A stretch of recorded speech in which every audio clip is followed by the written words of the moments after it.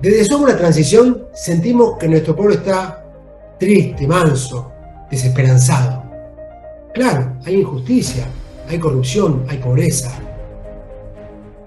Pero la buena noticia es que de toda gran crisis siempre aparece una gran solución. Y la reevolución ya comenzó.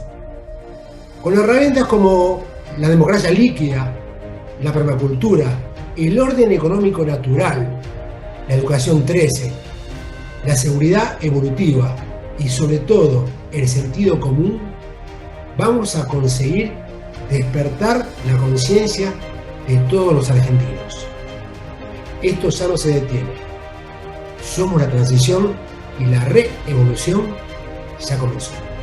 He vivido los últimos 30 años defendiendo una idea con pasión, una idea que llegó a sus frutos en los llamados clubes de trueque. Se trata simplemente de la neoeconomía, la ecosofía, elementos de lo que se conoce como economía natural. ¿Cuál es la idea? Proponer avanzar, no solamente desde lo privado, no solamente desde la figura de la productividad de cada uno de nosotros, fuera de un contexto social oficial, sino que introducir el sistema dentro de lo que conocemos como los mecanismos gubernamentales para definitivamente, aprovechando esta maravillosa crisis, conseguir resultados positivos para nuestro pueblo. Es una de las tantas propuestas que ofrecemos en Somos la Transición.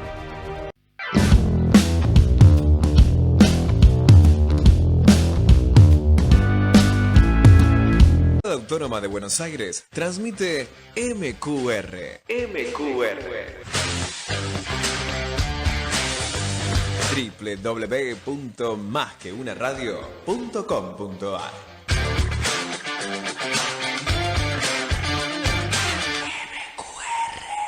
Buenas tardes. Buenas tardes, Argentina. Buenas tardes a todo el mundo. ¿Cómo están? Espero que estén bien y bueno, bajó un poquitito la temperatura, pero otra vez hoy es un día bastante pesado, pero está para estar escuchándonos a Somos la Transición. Buenas tardes, Pablo, y ya te doy la palabra. Decinos qué nos espera el programa de hoy, mejor dicho. Buenas tardes, Lucy. Buenas tardes, Jordana, todo el equipo que está trabajando para la coordinación de este programa de radio. Sí, buenas tardes, porque es un día tranquilo, porque juega la selección, con un montón de cosas que hacen a una distracción de pan y circo que está buena. De hecho, hoy tenemos una fiesta popular con nuestra selección argentina, de la cual estamos orgullosos. Pero lamentablemente nosotros, que estamos dedicados a tratar de resolver los problemas de sufrimiento que tenemos los argentinos, no tenemos alternativa que invitarlos a ver realidades. Esa es mi función, digamos, cuando yo me presento en una precandidatura presidencial, es justamente para decirle a toda la nación argentina y latinoamericana la verdad de lo que está ocurriendo y no para distraerlas con partidos de fútbol que no estoy en contra, me parecen divertidísimos, yo lo voy a mirar y también voy a festejar, ¿no?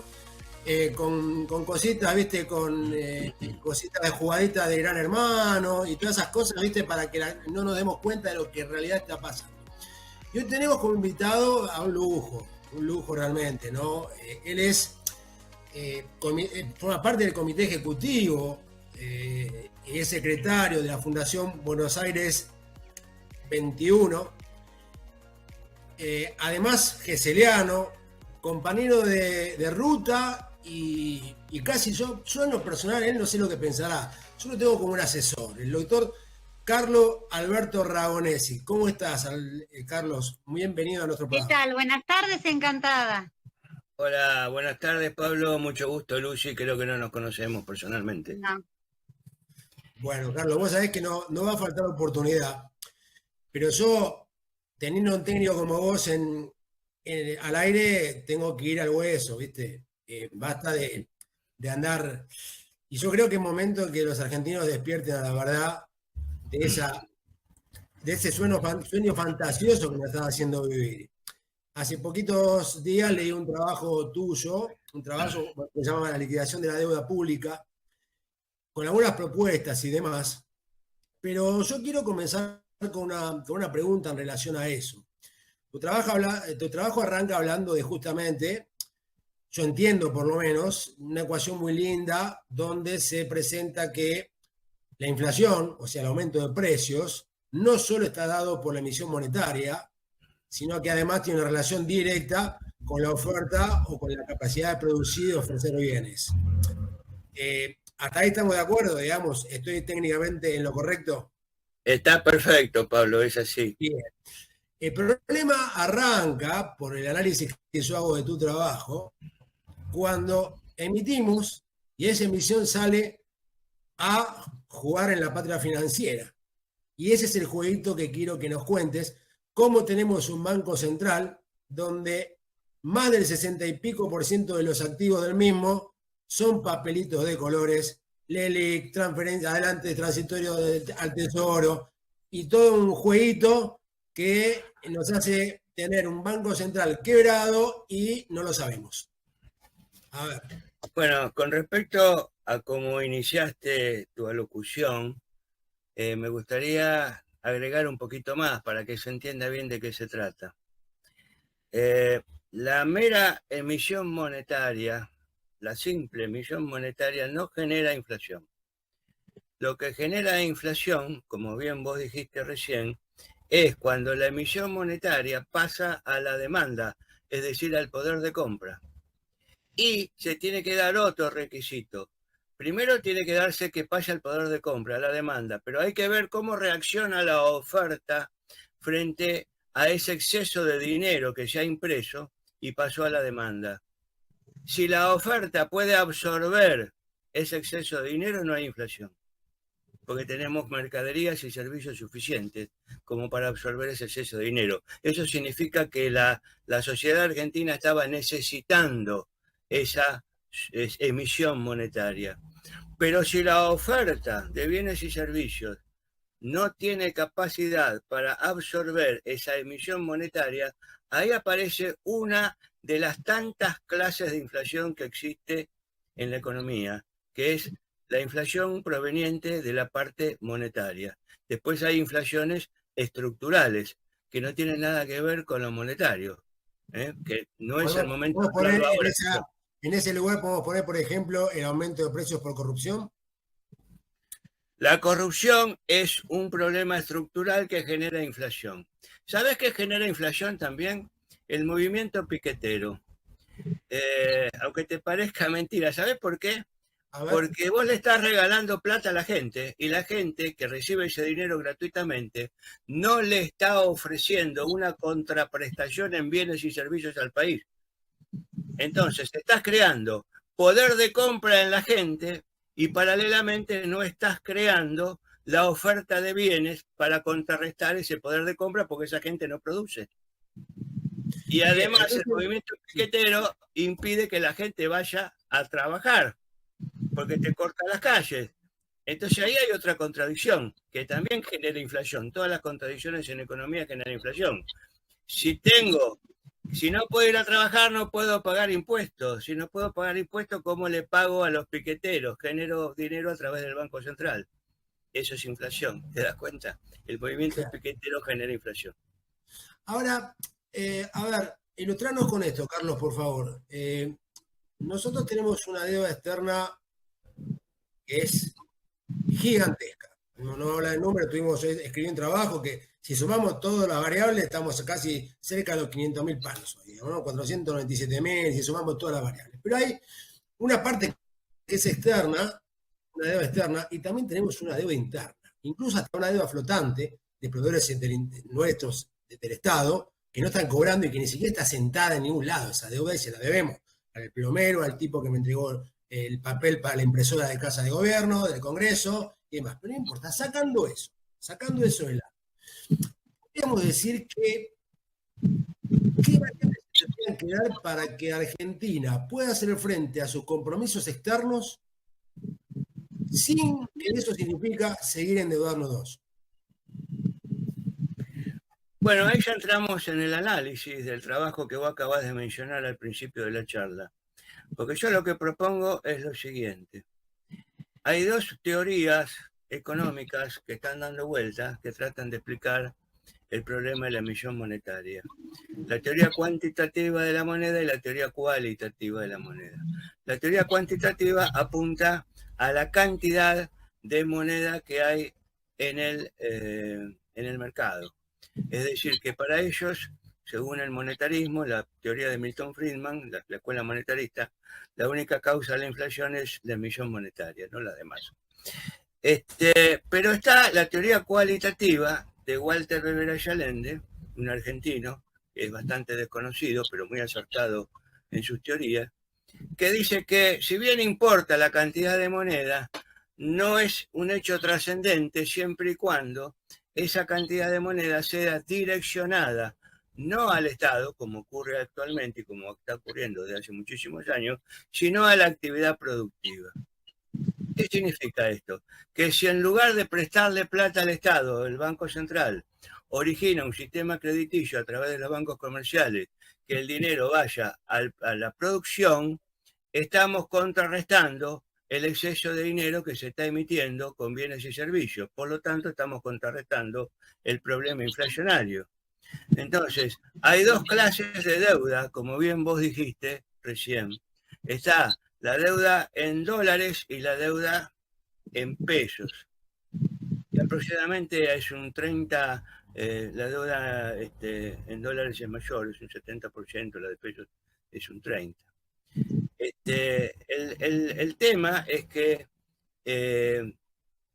¿cómo se paga esta deuda? La deuda en dólares únicamente se puede pagar con exportaciones, no hay otra manera, porque si seguimos con lo que se hace siempre de las refinanciaciones y yendo al Fondo Monetario a pedir perdón y swap y todo eso, nos endeudamos cada vez más. Es un salvavidas de plomos. Entonces, que quede claro que la deuda en dólares, de la única manera que se puede pagar es arreglando con el Fondo Monetario Internacional de pagar un cierto porcentaje por sobre las exportaciones. O sea, de la balanza de pagos, digamos, un porcentaje de la balanza de pagos, o podríamos destinar la totalidad del positivo. O la balanza o las exportaciones, porque la balanza de pagos es una cosa, las exportaciones es otra. Las exportaciones es una parte integrante de la balanza de pagos. Pero la balanza de pagos es el saldo final de importaciones, exportaciones, salidas unilaterales de dinero, entradas unilaterales, bueno, pago de... Ahí estaría, Carlos, es tu pregunta, ¿no? Para terminar de cerrar mi razonamiento. En esa balanza de pagos, en el saldo final, es donde estaría el dólar sobrante para hacerle frente a esos compromisos. Claro. O sea, claro, nosotros no podemos comprometernos a más que eso sin volver a tomar deuda, ¿estamos de acuerdo? Podemos establecer un porcentaje, o sobre el excedente de balanza de pagos o sobre el excedente de exportación. Eso ya habría que analizarlo. Y después está la deuda en pesos, que es otra cosa distinta. La deuda en pesos, ¿cómo se pagaría? ¿Cómo está formada la deuda en pesos? Está formada fundamentalmente por los plazos fijos, que hoy le están pagando el 78% anual, que capitalizado significa un 115 más que la inflación. ¿Qué significa capitalizado? Significa todos los plazos fijos se hacen normalmente a 30 días. Cuando vence a 30 días, vos volvés a poner en el banco el capital y el interés que cobraste. No te llevas nada de esa plata, lo volvés a reinvertir. Si haces eso durante 12 meses, significa que la tasa final no es el 78, es el 115, porque estás cobrando intereses sobre intereses. ¿Está bien? El acumulado, bueno. Perfecto. ¿Vamos a interés compuesto o el acumulado? Interés compuesto o anatosismo. En términos económicos es interés compuesto. En términos jurídicos se llama anatosismo. ¿Está bien?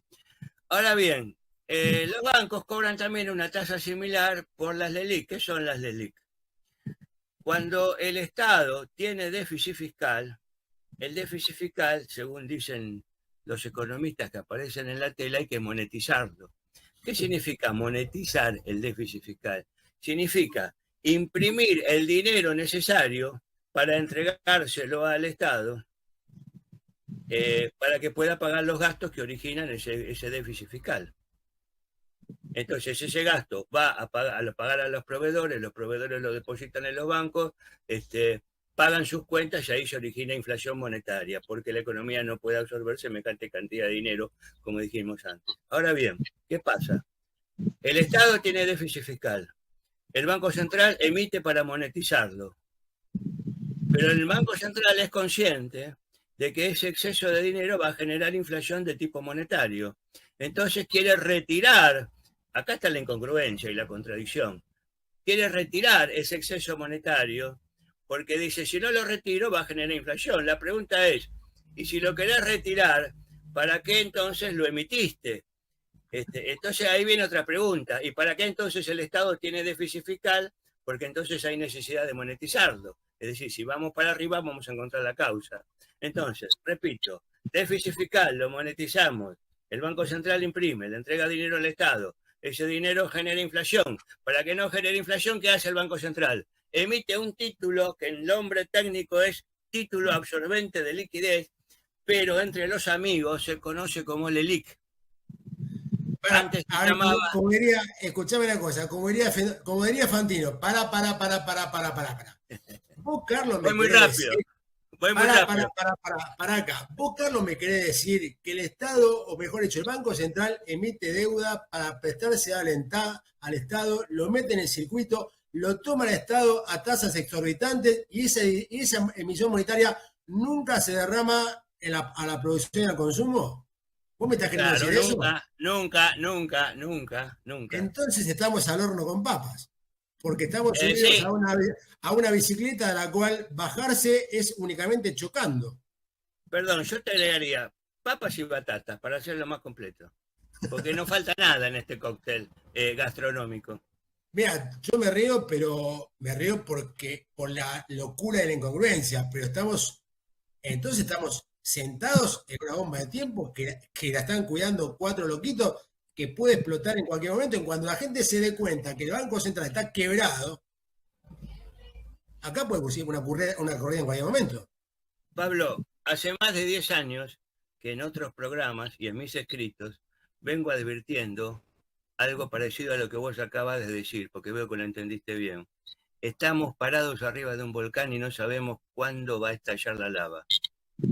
Y déjame que te termine de explicar el tema de las LELIQ, porque ahí no paró la cosa. Ahora viene la parte más jugosa. La parte de aquellos que nunca pierden. Porque yo lo que le digo a mis alumnos de la Facultad de Ciencias Económicas es, ¿a qué negocio tienen sus padres? Uno puede decirme, mi papá es panadero, el otro puede decirme generalmente, bueno, comerciante, mi papá es médico, mi papá es abogado. Digo, bueno, díganle a su padre que se equivocaron de profesión. Y los alumnos abren los ojos como en lo de oro, como se suele decir. ¿Por qué? Me preguntan. Y porque si querían ganar dinero realmente, se tenían que poner como banqueros, no a desarrollar comercio, industria o profesiones. ¿Por qué? Fíjate vos una cosa. Esas LELIQ que el Banco Central, al Banco Central se las compran los banqueros para que no generen inflación, esas LELIQ no son gratuitas. Hoy el Banco Central está pagando alrededor del 78% de interés anual a los banqueros. ¿Puede ser algo como 39.000 millones de pesos diarios? ¿De las LELIQ? No, en general, entre toda la masa de interés que pagamos los argentinos. No, el interés es igual a la emisión de LELIQ porque estamos porque estamos en el 115 capitalizado. El valor de las LELIQ es 12 billones, con B larga, no con M, 12 billones de pesos. Y la base monetaria es más o menos, ahora te digo, 5 billones, con B larga, 5 billones. O sea que nosotros tenemos de LELIQ 2.5 de nuestra base monetaria. Exactamente. O sea que si todos los argentinos, a ver, como diría Fantino, para. Si todos los argentinos llevásemos la guita al Banco Central, sacáramos los depósitos, lleváramos toda la moneda que tenemos dando vuelta, para cancelar la LELIQ no nos alcanzaría, necesitaríamos 1,5 veces más. Claro, no alcanza, no pongamos los depósitos bancarios, pongamos el dinero contante y sonante que tenemos en la bolsa. El circulante. El circulante. Es decir, si todos los argentinos abriéramos nuestros bolsillos y el colchón y la caja fuerte, si sacáramos nuestro dinero y lo llevamos al Banco Central para ayudarlo a pagar los LELIQ, no alcanzaría porque estaríamos en una cifra que más o menos anda en la mitad de lo que se necesita. Sí, sí, para sí. poder cancelar. Estamos hablando de un circulante de 5 billones contra unas LELIQ de 12 billones. Ahora, ¿por qué? Si el circulante es 5, las LELIQ son 12, ¿no tendrían que ser 5 también? Bueno, ahí La tasa viene de la interés. respuesta. La Ahí tasa de viene la interés. respuesta. Por un lado, la tasa de interés que hace crecer a esas LELIQ porque el banquero no retira el dinero porque Pese, el doctor Pese, el presidente del Banco Central, le dice, mire, señor banquero, yo sé que le vence una LELIQ, pero ¿sabe qué pasa? Si yo le pago en efectivo esa LELIQ o se lo deposito en la cuenta, es dinero emitido, va a generar inflación. Y usted sabe que si yo emití la LELIQ sería una contradicción que yo ahora le devuelva la plata para generar inflación cuando yo lo que quería al emitir la LELIQ era no generar inflación. El banquero dice, bueno, la renovamos, fenómeno, ¿a qué tasa me da? Y bueno, mire, se le doy por ejemplo, estaba en el 75 hace poco, se le doy al 75, no, mire, el 75 es lo que estaba antes, démelas al 78. No, mire, pero si yo se la doy al 78, cuanto más interés ponga en la economía, más la deprimo y más la destruyo. Pero a mí qué me importa, yo no soy político, yo soy banquero. O me da la plata o me da más interés. Ahora, si todos los banqueros se ponen de acuerdo y hacen presión, levantan la tasa de interés. Es un problema que no se soluciona nunca, como el perro que se quiere morder la cola y nunca lo consigue. Entonces, el tema es gravísimo porque no se sabe cómo salir de la trampa del endeudamiento de la LELIQ. Yo lo que propongo para salir de la trampa del endeudamiento de la LELIQ es que se emita el dinero necesario para pagarle a los banqueros y sacarnos los banqueros de encima, pero que ese dinero no lo tome el Estado, si no estamos en la misma. Que el Estado se deje de complicar a la economía, como lo viene haciendo desde hace años, y ya no tenga más déficit fiscal, que tenga las cuentas equilibradas. Tampoco quiero que tenga superávit, porque el superávit fiscal puede enfriar la economía, pero eso es otro tema. No me quiero detener en cada rama de lo que estoy hablando. Entonces, lo que yo busco es imprimir el dinero, dáselo a los banqueros, sacate el pasivo de encima, no solo el del Banco Central, sino de los títulos públicos, pero obligar a los bancos a que ese dinero vaya a la parte productiva para que, al haber crecido el dinero que se emite, también crezcan los bienes y servicios. Si logramos eso, la Argentina sale para arriba como el corcho que se destapa de una botella de champán, porque estamos fomentando la producción y no la especulación. ¿Está claro, Pablo y Lucy? Clarísimo, Carlos, y te quiero meter un ápice en esto. Si mal no se desprende de tu trabajo, en la propuesta que vos haces en este trabajo hermoso que da para darlo vuelta y darlo vuelta de todas formas, vos lo que propones es que incluso se dé prioridad a todos aquellos, digamos, entes de producción que puedan reemplazar importaciones, ¿no es cierto? Bueno, eso se llama sustitución de importaciones. Claro, o sea, que digamos que tengan prioridad las unidades de producción que sustituyan importaciones para que justamente requiramos menos dólares para importar bienes y servicios o medios de producción. Ese es un tema. Ahora te quiero hacer otra pregunta. ¿Esto es el famoso encaje 100% que en su momento quiso o implementó Perón? Bueno, para acceder a la propuesta que yo hice, que el subtítulo es un modelo para armar, como recordarás, porque Sí. hay que armarlo, este modelo. Sí, sí. Una de las condiciones es que el encaje deje de ser fraccionario, como es ahora, para pasar a ser de un 100 o por lo menos de un 90%. ¿Qué significa el encaje fraccionario? Significa que por cada depósito que los particulares o las empresas hacen en el banco, el banquero, por orden del Banco Central, hoy tiene que reservar un 20% de ese depósito, no lo puede prestar por si mañana aparece una corrida bancaria. Igual ese 20% no alcanza si aparece una corrida bancaria, pero bueno, la ley es así, tenemos que respetarla. Ahora bien, ¿qué puede prestar el banquero? El 80%. A ver, Epa. ¿Qué pasó? Hola. Así, ahí está. Ahí está. Una pequeña interrupción. Repetimos, por favor, la última parte. Deposito moneda contante y sonante emitida por el Banco Central, pesos que se puedan ver, no moneda virtual. Otra vez. Sí, qué lástima. Estamos con algún Sí. tema de conexión. Ahí estamos. Sí. Deposito pesos en moneda contante y sonante, que se pueda ver, que se pueda oler, que se pueda tocar, en un banco comercial. El banquero se hace la siguiente pregunta. ¿Qué me dice el Banco Central? Que de estos 1.000 pesos, yo el 20% lo tengo que reservar. Es decir, 200 pesos no lo puedo prestar. Presto 800 pesos. Entonces, alguien recibe un préstamo por 800 pesos que fue a pedir al banco. Una empresa, supongamos. Sí. Ahora, esa empresa, ¿qué hace? ¿El banquero qué le da? No le da 800 pesos en moneda contante y sonante.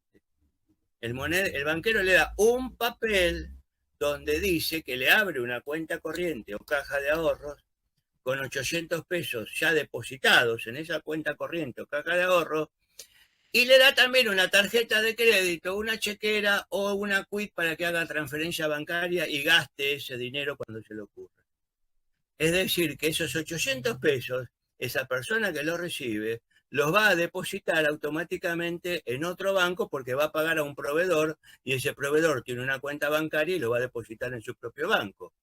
¿Qué hace el banco B cuando recibe los 800 pesos? Se hace la misma pregunta que se hizo el banco A cuando recibió esos 1.000 pesos. Dice, yo recibí 800 pesos. ¿Qué me dice el Banco Central? Que el 20% lo tengo que reservar. 160 pesos lo tengo que reservar. La diferencia entre 800 y 160 los puedo prestar. Y así sucesivamente, si vos sumás todas las veces que se hacen ese movimiento crediticio sin moneda real, sino con moneda virtual, vas a ver que el dinero se multiplicó tal vez unas 10 veces. Entonces tenés más dinero prestado que el dinero real de los 1.000 pesos originales. Entonces, Todo inventado por el sistema bancario y por ese tema de encajes, ¿no? Por tener el sistema de encaje que vos landeaste, que es más o menos un 20% en promedio. Ahora bien, si el encaje en lugar de ser un 20 es un 100%, el banquero no puede prestar absolutamente nada, porque tiene que reservar todo. Entonces vamos a decir, pero se funde la economía, ¿cómo es eso? No, lo que pasa es que en el sistema de encaje 100%, también llamado nacionalización de los depósitos bancarios, creado por el general Juan Domingo Perón, en su en realidad se aplicó en la presidencia de Delmiro Farrell, que fue una antes de Perón. Es una idea de Fragueiro, ¿no? De Mariano Fragueiro, ¿puede ser? No, Fragueiro no tiene nada que ver con esto, porque Fragueiro es del siglo XIX y calculo yo que ignoraba tema.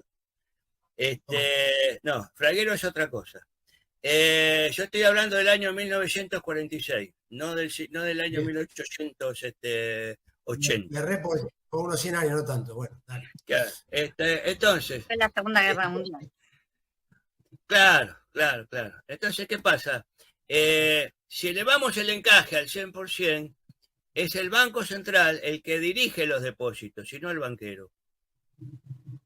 Y esto no es malo, porque el banquero va a dirigir los depósitos de acuerdo a su conveniencia económica, ni no de acuerdo a la conveniencia del país. En cambio, si lo dirige el Banco Central en una política sana, con un gobierno sano, ¿no? Entonces podríamos aplicar ese direccionamiento monetario, tal como dije antes, que lo dijo, no lo inventé yo, sino que lo inventó el doctor Walter Rivera Allende, direccionarlo hacia la actividad productiva, que es como hacía el general Perón. Lo que no entiendo que este gobierno, siendo que dice ser nacional y popular y justicialista, no aplica la metodología financiera que aplicaba el general Perón. Ni las enseñanzas, ¿no? Te quiero hacer una pregunta, Carlos, porque esto está clarísimo. Y ahora a mí me surge otra cosa. El Estado tiene un deudón impagable. Cuando las empresas privadas o un privado tiene digamos, ya no puede más, necesita una protección para decir, mirá, pido gancho, hasta acá llegó, no puedo más, me estoy muriendo. Y tienen una herramienta que es una herramienta concursal, la ley de concurso, ¿no? El Estado no tiene esa posibilidad. No puede decir pido hasta que llego, no puedo seguir pagando intereses, párenme los intereses, yo reconozco la deuda, pero paremos la rotativa acá porque yo no puedo seguir.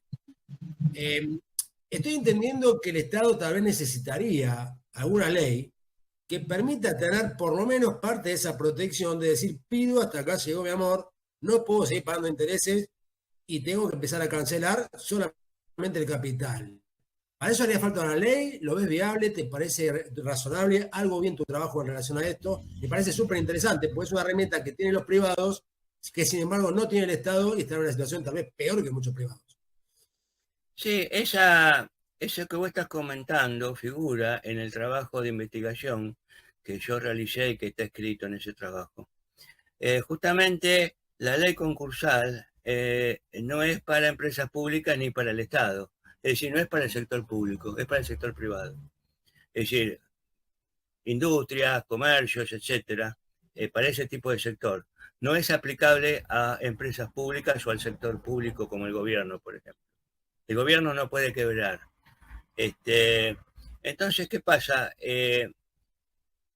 Habría que aprovechar algo de esa ley, que es el congelamiento.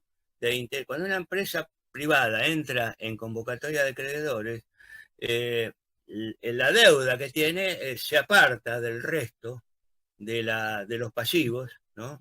Y de la actividad económica y se congela, se pone en un freezer. Entonces tampoco se calculan intereses. Y entonces se empieza a discutir de qué manera podemos lograr un acuerdo entre el deudor y los acreedores para ver cómo pueden... Incluso se negocian hasta plazos y quitas se negocian. Hay quitas, realmente los acreedores terminan perdiendo plata, es en el 99% sí, por supuesto, de los casos. No es lo óptimo, pero en una situación como la que está en Argentina, que está quebrada... Ahora, el Estado no puede aprovecharse de esa situación. Si se lo quisiera aprovechar y asimilar, no podríamos crear una ley concursal para el Estado. Me parece a mí que no podríamos. Pero lo que sí tal vez se podría hacer, que es lo que yo propongo en mi escrito, es aprovechar la parte del congelamiento de intereses que se debería lograr a través de una ley que emita el Congreso de la Nación.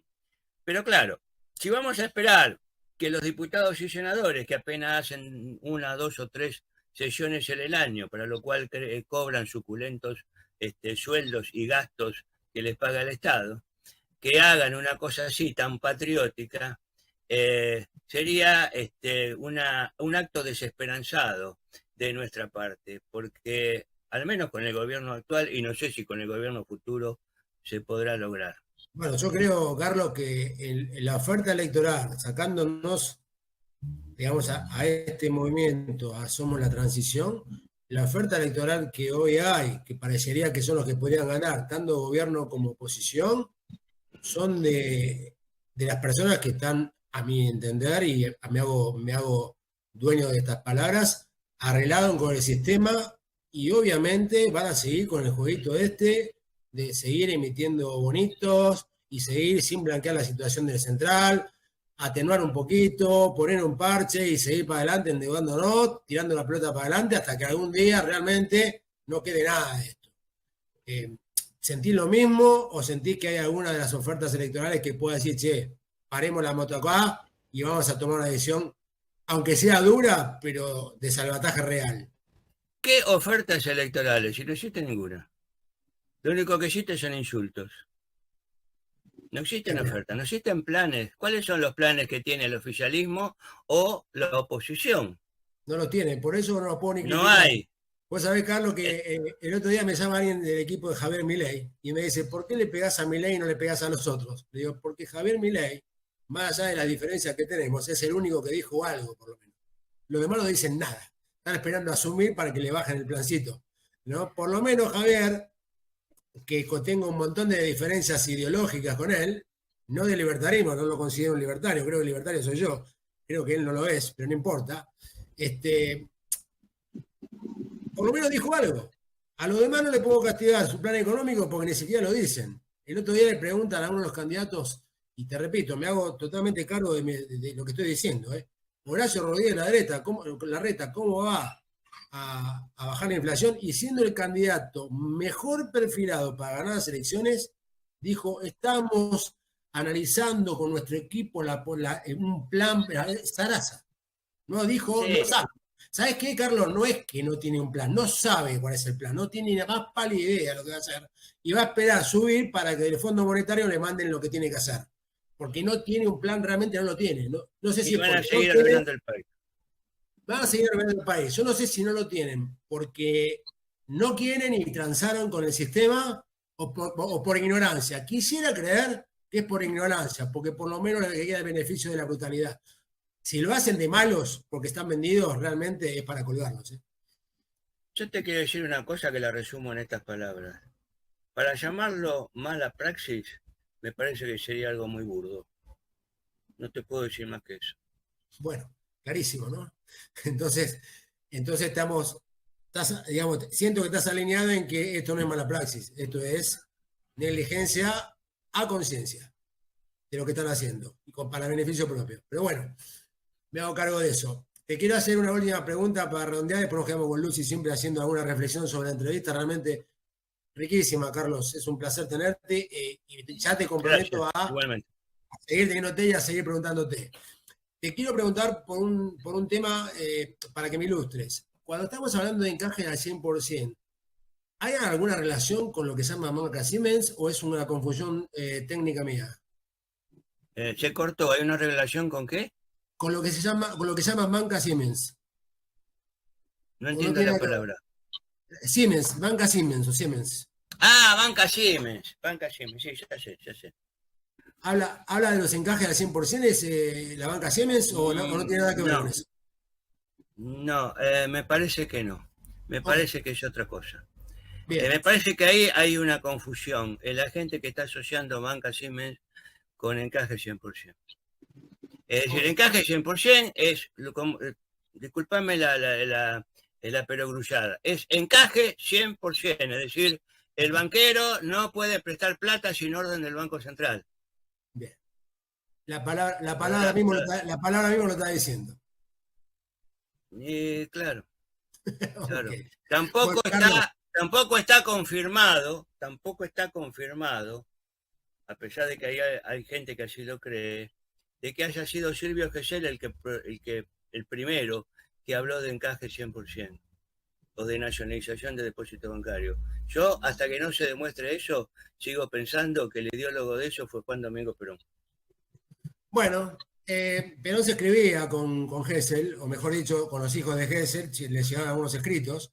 De hecho, hay una carta de agradecimiento de Perón al hijo de Gesell, a Carlos. Sí, pero la carta no dice específicamente el tema. Cuando Perón le da la carta de agradecimiento al pariente de Silvio Gesell, no aclara que es por el tema de la nacionalización de los depósitos. No, de documentación que recibió de Gesell, no especifica qué. Claro, y bueno, ¿y cuál es la documentación que recibió de Gesell? No, bueno, esto como... Carlos querido, esto como tratar de decir lo que le dijo San Martín a Bolívar cuando se fue abrazado, ¿viste? Decir, ¿qué hablaron? ¿Pudieron haber hablado del futuro de la patria grande o podrían haber hablado de la cita que iban a cenar con ellos esa noche? No lo vamos a saber jamás lo que hablaron en privado. ¿Entendés? Te hago una pregunta, ¿cuánto tiempo me queda? Mirá, para que Luz y yo podamos cerrar tranquilos, tenemos 5 minutos para que redondees una idea a la que vos quieras. Bueno, te hago una reflexión. Le podemos dar 5 más. Bueno, ¿cómo es que se ha permitido que el estado delicado que tiene el país llegue a los extremos de tener una inflación promedio de un 102% anual, con algunos rubros que alcanzaron más del 150% anual y otros que se ubicaron en el 200% anual? ¿Cómo es que se ha permitido tener títulos absorbentes de liquidez, es decir, las LELIQ, que han superado el doble de la base monetaria del dinero circulante, generando un importe de intereses iguales al valor del pasivo que representan?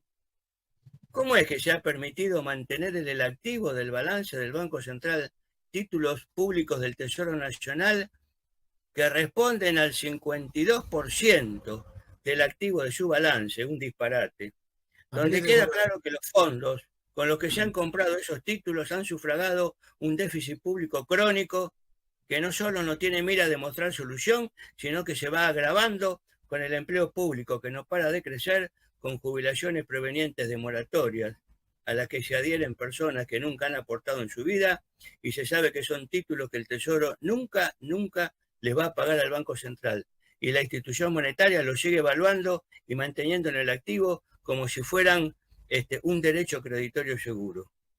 ¿Cómo es que se ha permitido tener una expansión monetaria que creció un 42,5 en el último año calendario, en el 2022,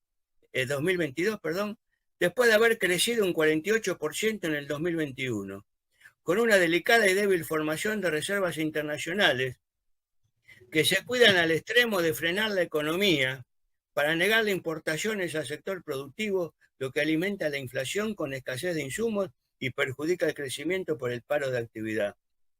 ¿Cómo es que se ha permitido que los títulos absorbentes de liquidez como las de LIC, por ejemplo, hayan crecido en un año, es decir, un año desde el 15 de marzo del 22 hasta el 15 de marzo del 23, que es el último balance que tenemos del Banco Central, un total de 2,5 veces, que representa el 149% de crecimiento?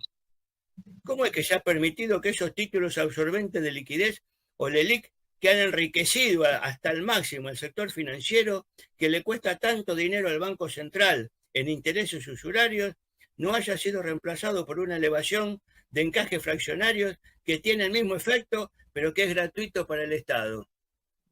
¿Cómo es que se ha permitido tener y mantener y cuidar un aparato financiero bancario puesto al servicio de una patria financiera que se mantiene incólume desde hace 50 años, es decir, desde la época de Martínez de Oz? Una época tan denostada por el actual gobierno, incluso con tasas de interés, que solo en los plazos fijos, tasa pasiva es igual al 78% anual, donde la tasa efectiva, como dije antes, es igual al 115% anual, en detrimento del sector productivo. ¿Cómo es que se ha permitido en un gobierno que se dice nacional y popular y peronista que no haya derogado las leyes de entidades financieras y de inversiones extranjeras hechas por Martínez de Oz, cuando fue ministro de Economía del proceso militar, quien derogó las que había impuesto Perón? ¿Cómo es que no se restituyeron esas leyes peronistas si el gobierno actual alaba al general? Todo el análisis que consta en lo que acabo de decir expone una serie de variables que no se encuentran en armonía con las que debería tener un país ordenado y confiable en la administración de sus cuentas públicas. Todo esto nos muestra un galimatías proveniente de un país desquiciado en sus cuentas públicas, con un alto nivel de incompetencia para administrarlas. ¿Es incompetencia o es otra cosa? No lo sé. Bueno, yo tengo una primera respuesta. Yo creo que es la suma de tres cosas. Incompetencia, están vendidos al sistema y además mala praxis. Las tres cosas. O sea, no saben, no quieren aprender y además están arreglados. Pero corre por mi cuenta eso.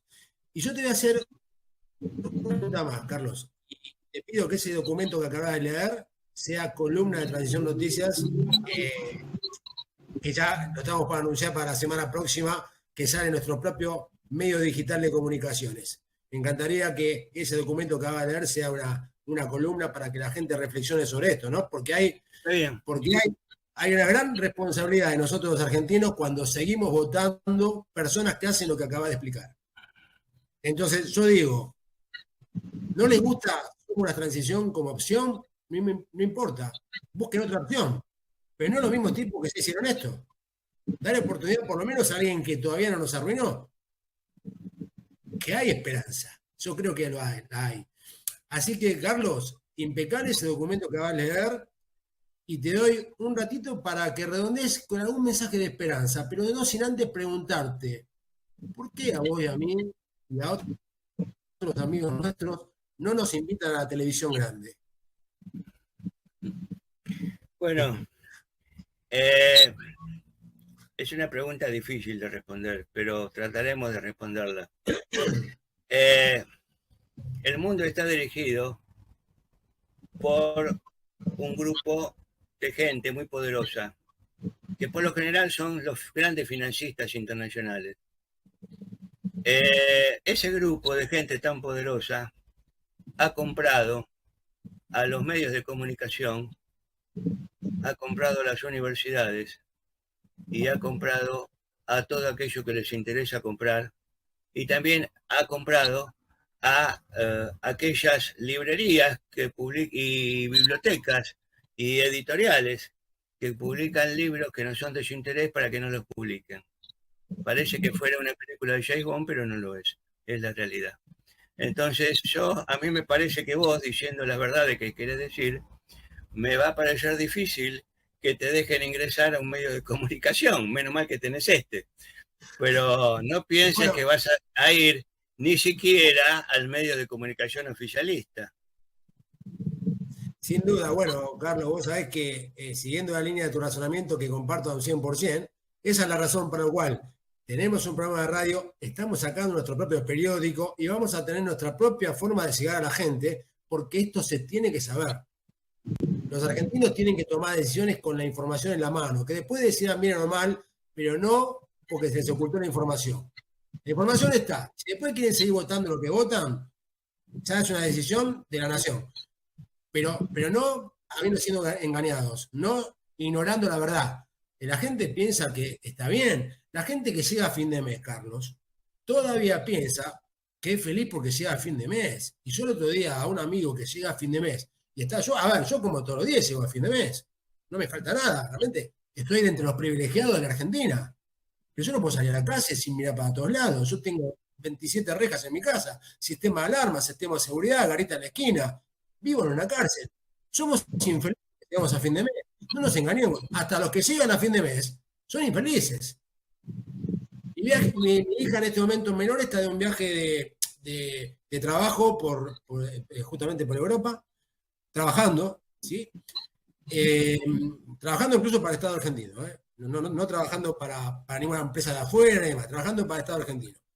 Y me dice, me quedo a la noche durmiendo en una plaza con mis amigas porque está linda la tardecita y nos despertamos y nadie nos tocó ni la cartera, nadie nos vino a molestar, ¿no? Es como que de repente hasta nos relajamos hasta el punto que nos quedamos dormidos en cualquier lado. Cuando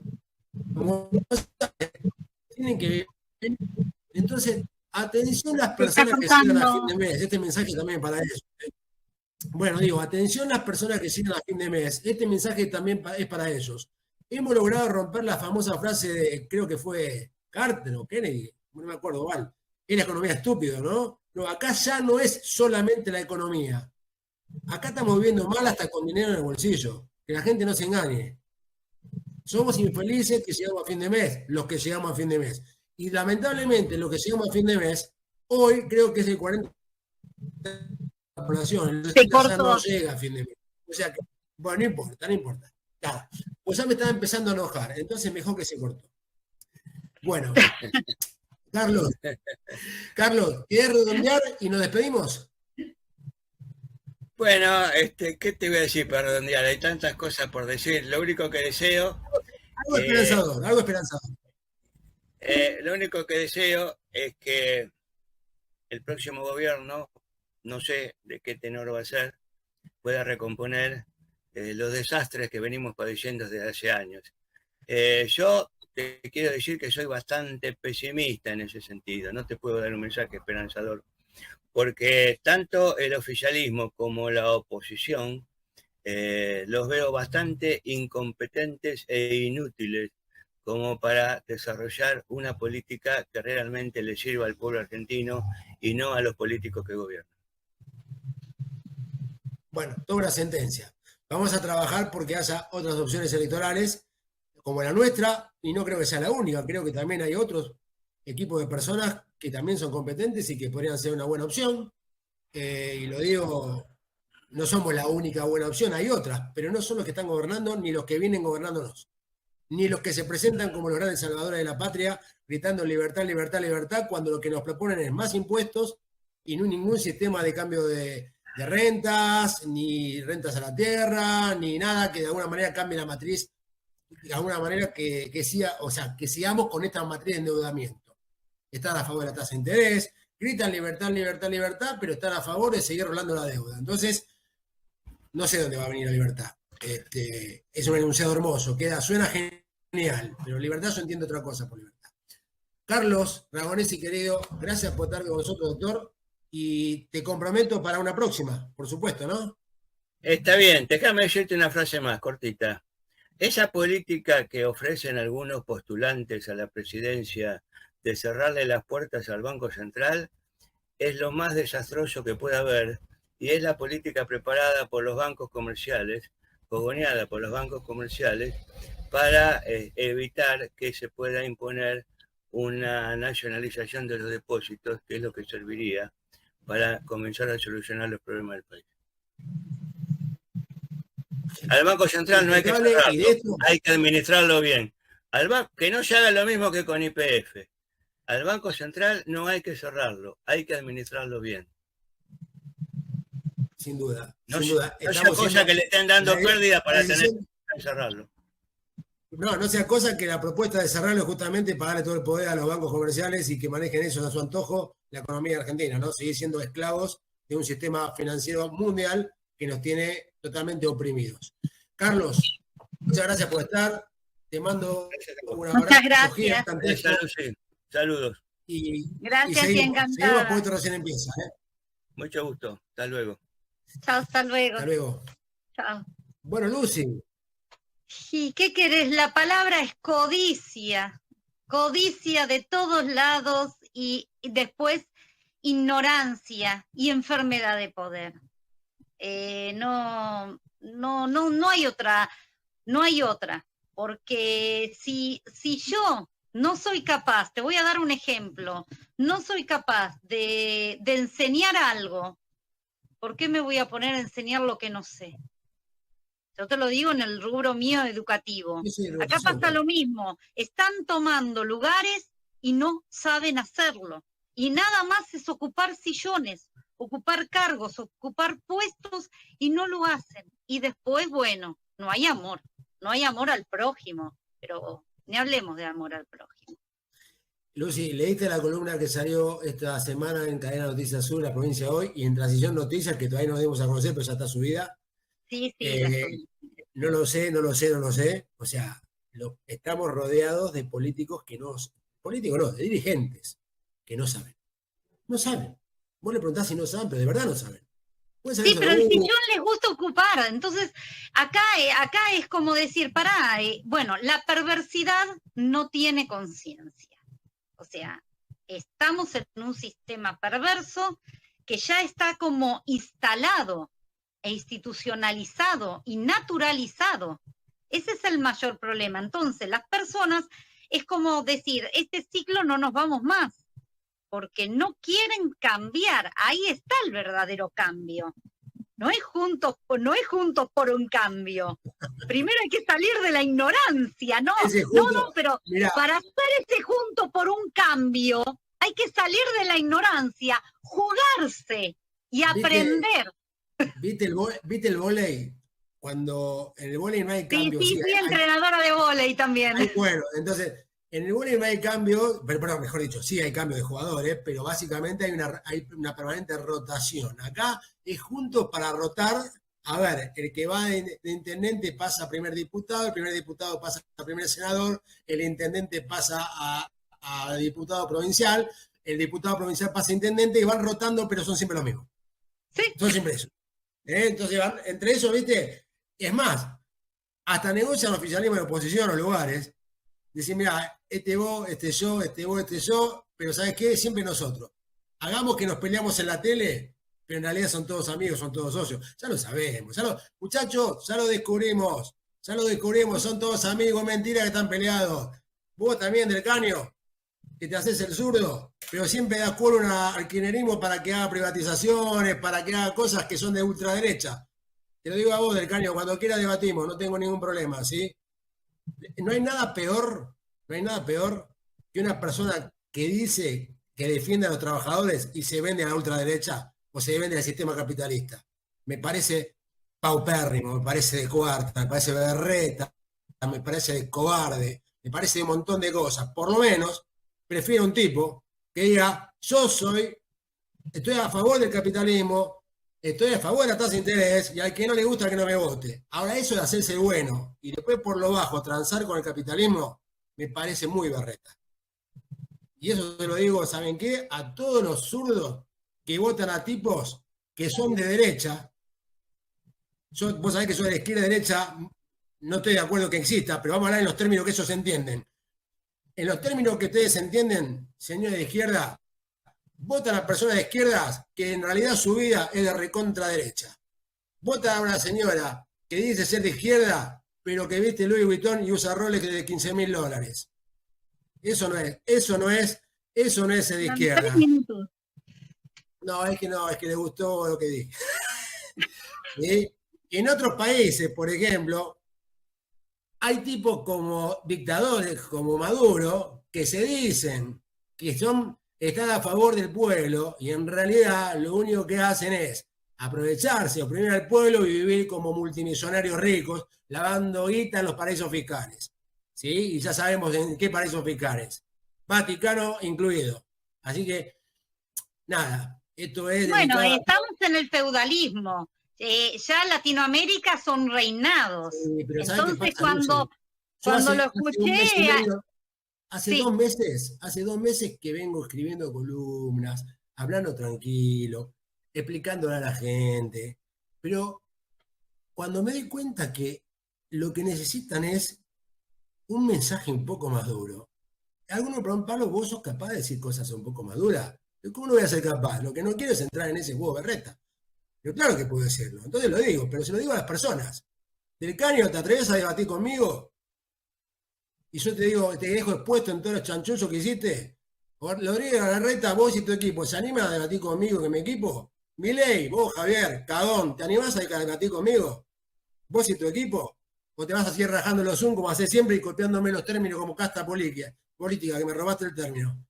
¿Quién otro tenemos? El oficialismo ni siquiera, nada, Kichiló, ¿a quién tenemos? Por el oficialismo ni siquiera hay uno para debatir. ¿Con quién que vas a detener? O sea, no hay uno solo del oficialismo más, ni siquiera se me ocurre el nombre para decir, che, fulano, porque no existen, no están en la cancha directamente. A Cristina. ¿Pero qué va a decir conmigo la reina si la reina lo único que tiene que hacer es disfrutar guita?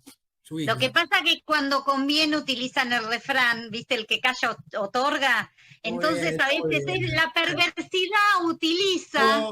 Yo los desafío con todo el amor del mundo. Los desafío con todo el amor del mundo a que me cierren la boca. Los desafío con todo el amor del mundo que me cierren la boca en un programa de televisión y que me dejen dado vuelta como dicen que pueden hacerlo, pero yo con mucho gusto. Y yo les prometo que no molesto más. Pero que lo haga alguno, que se atreva alguno. Lucy, te dejo el cierre. Nos vemos. Gracias a la audiencia, porque ya no nos va a quedar, ya sé, hasta que quizás me corten. Les agradecemos y esto para que reflexionen. Es reflexionar. Es aprender a ver y dejar un poquitito Gran Hermano, porque eso no nos van a dar de comer. Lo que sí nos va a dar de comer, empezar a salir de la ignorancia, creo.